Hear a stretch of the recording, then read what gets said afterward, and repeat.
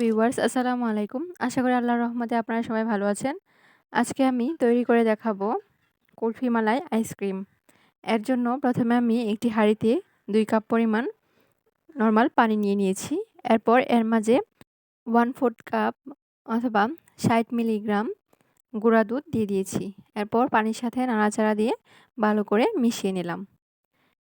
এরপর ভালো করে নাড়াচাড়া দিয়ে মিশিয়ে কিছুক্ষণ সময় জাল করে নিচ্ছি। এখন এর মাঝে 1/4 কাপ চিনি দিয়ে দিলাম। আপনারা চাইলে চিনিটা একটু বেশি অথবা কম যার যেরকম ইচ্ছে সেরকম দিয়ে দিতে পারেন। এরপর নাড়াচাড়া দিয়ে মিশিয়ে নিলাম। এরপর দিয়ে দিলাম ২ টা এলাচ। এটা শুধুমাত্র ফ্লেভারের জন্য দিয়ে দিলাম। এটা আবার জাল করার পর উঠিয়ে নেব। এই তো বলক ওঠার পর নামিয়ে নিয়েছি। এর চেয়ে বেশি জাল করার দরকার নেই। এরপর আবার ফ্রাই প্যানে নিয়ে নিলাম ৩ চামচ পরিমাণ চিনি আর দিয়ে দিলাম এর মাঝে ৩ চামচ পরিমাণ পানি।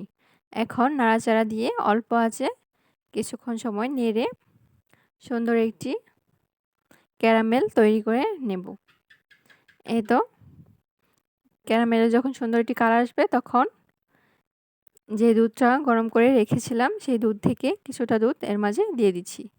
এরপর নাড়াচাড়া দিয়ে দুধের সাথে ক্যারামেলটা ভালো করে মিশিয়ে নেব। মেশানো হয়ে গেলে গরম করা দুধটা যে বাটিতে রেখেছিলাম সেই বাটিতে এই ক্যারামেল মেশানো দুধটা ঢেলে দিলাম। এরপর নাড়াচাড়া দিয়ে ভালো করে মিশিয়ে নিলাম। এই তো সুন্দর করে মেশানো হয়ে গেছে। এখন এই দুধটা ঠান্ডা হওয়ার পর একটি আইসক্রিমের বক্স নিয়ে নিলাম। এই বক্সটা সাধারণত বাজারে সব রকম দোকানেই পাওয়া যায়। এই বক্সটার মাঝে এরকম একটা চামচ দিয়ে সবগুলো বক্সের ভেতরে এই দুধটুকু ভরে নেব।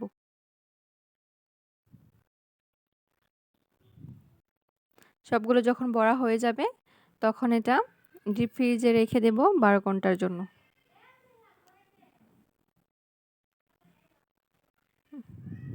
এই তো সবগুলো ভরা হয়ে গেছে। এখন ঢাকনা দিয়ে দেব। একে একে ঢাকনা দিয়ে ডিপ ফ্রিজে রেখে দেব। চলে এলাম ১২ ঘন্টা পর। এই তো দেখতেই পাচ্ছেন ফ্রিজ থেকে বের করেছি। এখন এটা আমি যে আঙ্গুল পর্যন্ত দেখাচ্ছি সেটুকু পর্যন্ত ২-৩ মিনিট ভিজিয়ে রাখবো।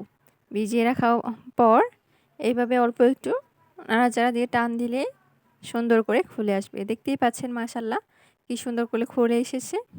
আর খেতেও কিন্তু অনেক মজা আর স্বাস্থ্যকরও বটে। এইভাবে খুব সহজে আইসক্রিম বানিয়ে বাচ্চাদের আপনি দিতে পারেন বাসায়। আমার এই ভিডিওটি আপনাদের কাছে ভালো লেগেছে আর ভালো লাগলে অবশ্যই আমার চ্যানেলটি সাবস্ক্রাইব করে দিবেন। পুরো ভিডিওটি দেখার জন্য ধন্যবাদ।